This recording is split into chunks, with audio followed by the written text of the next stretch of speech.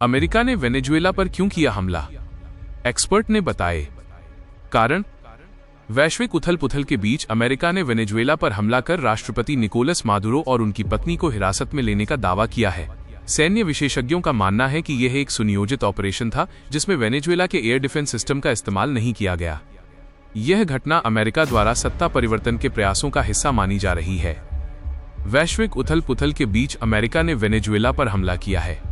अमेरिकी राष्ट्रपति Donald Trump ने दावा किया है कि वेनेजुएला के राष्ट्रपति और उनकी पत्नी को हिरासत में लिया गया है। इस बीच राजनीतिक नेताओं और विदेशी मामलों के जानकारों की बयानबाजी तेज हो गई है। वेनेजुएला के राष्ट्रपति निकोलस मादुरो और उनकी पत्नी को अमेरिका द्वारा पकड़े जाने पर wing commander Praful Bakshi retired ने अपनी प्रतिक्रिया दी। उन्होंने कहा, कहीं भी कोई बड़ा विरोध नहीं दिखा, जिससे पता चलता है कि ये पहले से प्लान किया गया ऑपरेशन था।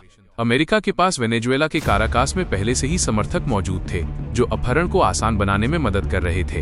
एंटोनियो के खिलाफ कारण ये था कि वो एक लोकप्रिय नेता नहीं थे, उन्होंने धोखाधड़ी से चुनाव जीता था। वेनेजुएला ने एयर डिफेंस सिस्टम इस्तेमाल क्यों नहीं किया? प्रफुल्ल बख्शी ने कहा, अमेरिका ने क्या किया? उन्होंने एक लिमिटेड ऑपरेशन किया। उन्होंने हेलीकॉप्टर का उपयोग किया। जब भी कोई हमला होता है तो हेलीकॉप्टर का इस्तेमाल उन जगहों पर हमला करने के लिए नहीं किया जाता जहां एयर डिफेंस बहुत अलर्ट हो। लेकिन ये हैरानी की बात है कि वेनेजुएला के एयर डिफेंस, इंटरसेप्टर, फाइटर, उनके पास सभी इक्विपमेंट हैं। उन्होंने उनका इस्तेमाल नहीं किया। हालांकि वेनेजुएला के पास छोटा एयर डिफेंस सिस्टम है, लेकिन उनके पास ये है।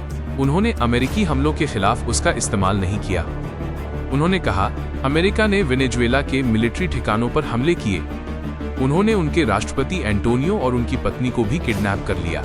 वजह ये बताई गई कि वे कथित तौर पर ड्रग्स की डीलिंग वगैरह में शामिल थे, लेकिन सही जानकारी कभी पूरी तरह से सामने नहीं आती है। डिफेंस एक्सपर्ट कैप्टन अनिल गौर रिटायर्ड ने कहा, अमेरिका ने वही किया है जो वो दूसरे विश्व युद्ध के बाद से करता आ रहा है। ये लगभग सत्ता परिवर्तन है। अगर मैं गलत नहीं हूँ तो ये 70वां या 71वां देश है जहाँ सत्ता परिवर्तन हुआ है। वेनेजुएला से पहले बांग्लादेश था और उससे पहले यूक्रेन था।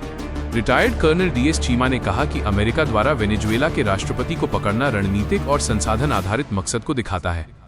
वेनेजुएला सैन्य रूप से अमेरिका का सामना नहीं कर सकता। कांग्रेस नेता राशिद अल्वी ने कहा, मारिया ने वेनेजुएला में लोकतंत्र के लिए बहुत मेहनत की और लड़ाई लड़ी, इसलिए उन्हें नोबेल पुरस्कार मिला। जिस संघर्ष के लिए उन्होंने वहां लड़ाई लड़ी, वही लड़ाई राहुल गांधी भारत में लड़ रहे हैं। कांग्रेस सांसद शशि थरूर ने कहा, हाँ, लेकिन हम वेनेजुएला से ज्यादा तेल नहीं खरीद रहे हैं, इसलिए मुझे नहीं लगता कि इसका हम पर बहुत ज्यादा असर पड़ेगा।